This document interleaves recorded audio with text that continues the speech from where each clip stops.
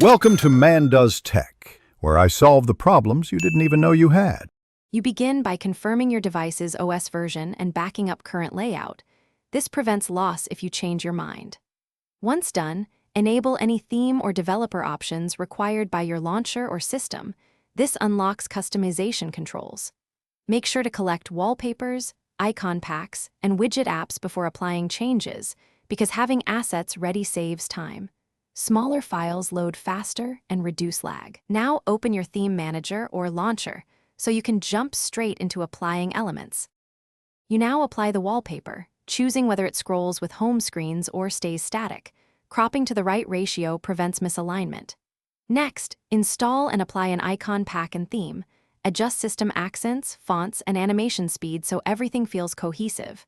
Then add widgets, drag, resize, and lock positions. Configure each widget's data source and refresh interval so information is current without draining battery. Throughout, preview changes and undo any single step if something looks off, making iterative tweaks as needed. You finish by testing navigation, shortcuts, and widget updates.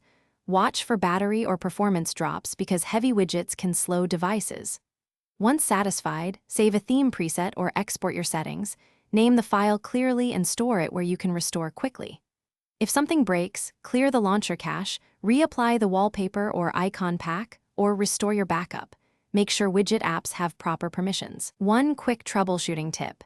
If widgets fail to refresh, force stop the widget app and reboot the device. Thanks for watching. If you found this helpful, don't forget to like and subscribe.